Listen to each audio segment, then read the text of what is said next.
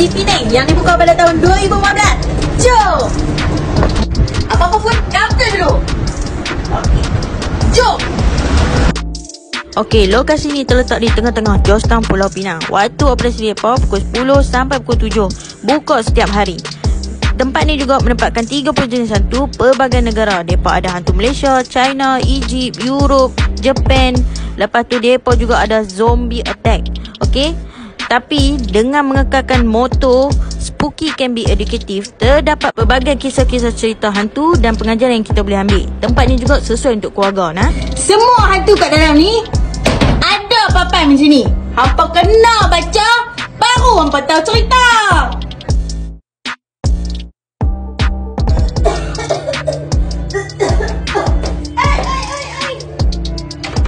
Kat sini hampa boleh pegang hantu.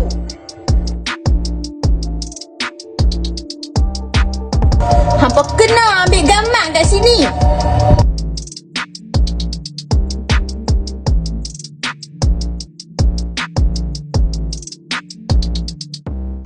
Kena pakai baju ni. Ha?